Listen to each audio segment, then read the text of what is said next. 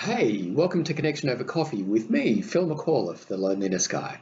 In this conversation, we're going to have a chat about connection on a budget and why does everything seem to cost so much? Why does connection seem to cost so much? But before we dig in, I want to say that this podcast is all about destigmatizing loneliness and promoting authentic connection for gay men globally.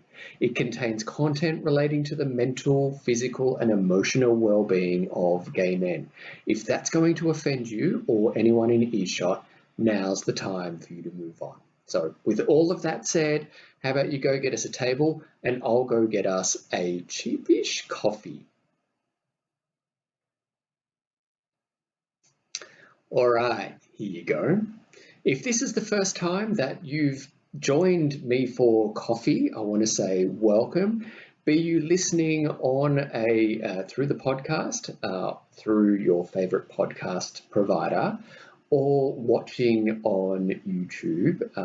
Either way, welcome. I start these episodes, each and every one of them, with an acknowledgement of your bravery and your general awesomeness as a gay man who may have just realized that you are lonely and made the commitment within yourself to do something about it.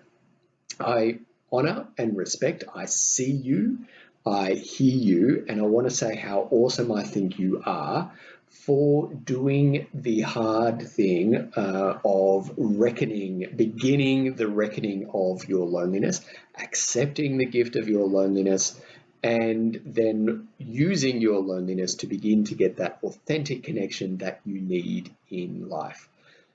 The mere act of pressing play on this podcast or on the video here on YouTube took courage. It mightn't feel like it, but it did. And I want to simply acknowledge it and say that I'm really grateful that you're here, because I know from my own lived experience that awesome things come to us in life when we commit to being to authentic connection within ourselves, with those most important to us, and within our communities. But that only comes when we accept the gift of our loneliness and work in within ourselves to find out why we have been lonely. It's fantastic that you're here. And if you're a return coffee drinker with me and connecting over coffee, it's always a joy to have you here, and I'm so glad that you're here. Because in this episode, we're going to have a chat about connection on a budget. And if you both read my blog on thelonelydiplomat.com and you listen to the podcast, you'll know that I published Connection on a Budget on my blog on the 23rd of January.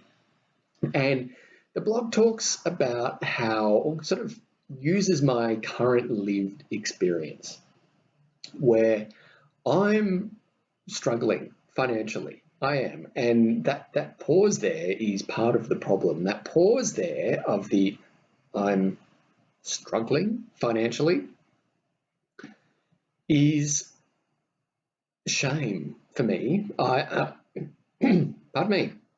I feel so such shame talking about money, because where I grew up and where and when I grew up and the messages that I took around money was that it's impolite to talk about money. You don't talk about how much things cost. You don't engage. You don't ask how much things cost. You certainly don't proffer how much things cost. And to do so was well, rude. And so as a result, like many Australians, and if you know an Australian beyond me in your life, a fun thing to do is to talk to them about money and watch them claim up. We generally are told that it's rude to speak about money, as I just said. And so many of us have an uneasy relationship with money. And money is tied to all sorts of things. It's a symbol of our worth. And we can derive much of our worthiness as a human by how many dollars or euros or pounds or yen or whatever, rand, pesos, whatever we have in the bank or in our wallet.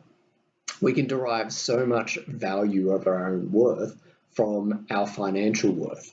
And of course, when we say it out loud, it's ridiculous. We are much more than our bank account, right? We are, just wonderfully awesome, flawed human beings and gay men. But one of the things I have learned as a podcaster, as a blogger, is that the world is rich with content and ideas for content. And many of the ideas on the Loneliness Guy come from my own lived experience. And that seems authentic to me. And I get feedback all the time that me sharing my lived experience, because it's so common, really resonates with you.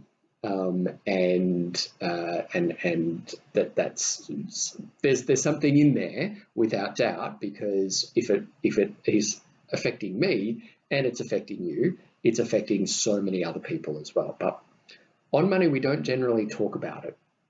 And over the past few months, due to a whole range of reasons, that money has been tight for me. And I said this in the blog that perhaps for the first time since university, more years than I care to acknowledge, I think, but over 20 years ago, I've not had to watch my finances as closely as I do now, and it's triggered a whole lot of stuff within me. I've worked through shame. I work through those feelings of not being enough and getting support for it, and support by talking with people, going through my my processes for dealing with when I'm triggered in shame. And then me being me, I'm just tremendously curious. And so I thought, there's content in here about connection on a budget, because we connect as humans by doing stuff with other humans. And I want to press pause there, because I forgot to say this right at the beginning. I invite you, I know that where you are in the world, you could be dealing with COVID-related lockdowns, stay-at-home orders, and your social life looks markedly different to what it has been. So I issue an invitation to you to reflect back on when socializing was normal, and throw yourself into the future when it will become normal again. So you might need to take a step out of your current lived reality and think back, and also look forward into the future. So with that said, I just want to say that I've observed over the past few months how much we connect over coffee, and people connect over coffee or by going out, I mean. And the number of times people say to me, Phil, we really should go out for coffee. Or, yeah, we really need to catch up over a drink, or catch up over dinner, or we should go and do something, or, it's my birthday next weekend, we're going away for it, and so, great if you could come along. Do you want to come along? Yeah, you come along. Or, there's a pride event, that requires flying and accommodation and all sorts of other things. It quickly became apparent to me that all of this required money. And if you are living on a limited income, those opportunities for connection pass you by. You have to prioritize where your money is going to go. Going on food, on accommodation, going on keeping you warm, keeping you cool, whatever it is. Whatever it is, like temperature cool, not like, emotionally cool. That goes without saying, by being here, you're cool. But even for me right now, even for me, a $4.50 coffee here in Wellington, in New Zealand, it's expensive. It's expensive to go out. And those $4.50 coffees bought, a couple of times a week can really break, not stretch, but break the budget. And you do that a couple of times a week, or you have drinks a couple of nights a week, or go out for dinner a couple of nights a week. Unlike many other places in the world, dining out here in New Zealand is prohibitively expensive. It's really expensive. But it's how people connect here, by going out, by having brunch, having lunch, going and having coffee, having dinner, having a few drinks, going out to a bar afterwards or whatever. And when a drink is, way over $10, and a meal, like a main course, is over $30 New Zealand dollars, it quickly adds up. And this is not an episode where I want to, show my bank statement. I don't want to show you the contents of my wallets, and that's not what I mean at all. But what I mean is, what the purpose of this discussion is, and to get you thinking, is about how we connect, and by going out and doing stuff with other people, and even having people over to your house for dinner. Like, you have to buy the dinner, you have to buy the drinks. You going out to a party at someone's house, buy drinks or whatever it is. It costs so much money, and for a good few months there, I would politely decline invitations. I would leave we should really catch up just at that. I wouldn't follow up with immediate, yeah, let's do it next Thursday at 11 a.m. or something like that. I wouldn't follow it up with it. I'd leave it hanging because I was embarrassed. I was really embarrassed to say, no, you know what, I can't afford it. It would be great to catch up. And then, knowing that I was being triggered in shame by finances, I know that the antidote to shame is to speak what's causing me shame with someone who I know will respond with empathy and without judgment. And I'm blessed. I'm really lucky that I have someone like that in my life. And when I did, I have a few people like that in my life, including Jeff, my awesome partner. And when I did do that, it took courage and vulnerability. It's not slaying a dragon kind of level courage, but it was slaying an internal dragon within me. I said, when someone said this, and that, we really need to catch up over dinner or coffee or going out or something like that, I actually said to them, you know what, I am struggling really right now with financially. I'm financially struggling. I really have to watch myself. And it seems so minor when I say it, but it was huge within me, as I said. And I was responded, the response came back with those magic words, those magically powerful words, me too, or I have been there too. And I understand what it's like. And other people with whom I've shared it, someone actually shared back with me that they were funding, and I wrote about this in the blog, they were funding their life on credit. They couldn't afford to go out and eat out and drink and travel and go to events. That it was all being put on credit, and that made me very uncomfortable, and it was making them feel very uncomfortable, and they felt like they were in such a deep hole financially that they couldn't get out of it. So trying to spend their way out of a credit card debt. And we talked about that, and we helped each other through, and we talked that through. But for me, what was a massive turning point for me was opening up. And when someone was to say, like, we really need to catch up, and I wanted to catch up with them, I would say, you know what, I'm actually struggling financially right now. How about we go for a walk? How about we go for a hike? How about we go to the park and sit and have a chat while sitting under a tree? Or otherwise, going and doing something that cost very little money. And overwhelmingly, the response has been, that sounds great. That's a great idea. I, am watching what I'm spending as well.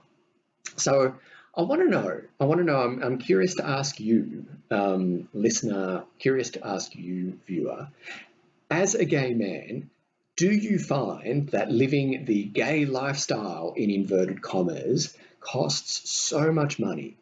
And by living the gay lifestyle, are you in, like, not financial hardship, but do you feel it in the hip pocket? Do you feel it in the bank balance? And do you feel that, you're just sort of handing money over left, right, and centre as a way of keeping connection with your friends, with the people in your life? Do you find that? And I'd love to hear well, that's my question. I'd love to hear your response to that. And please, send a response to me in on social media, on Facebook, on Instagram.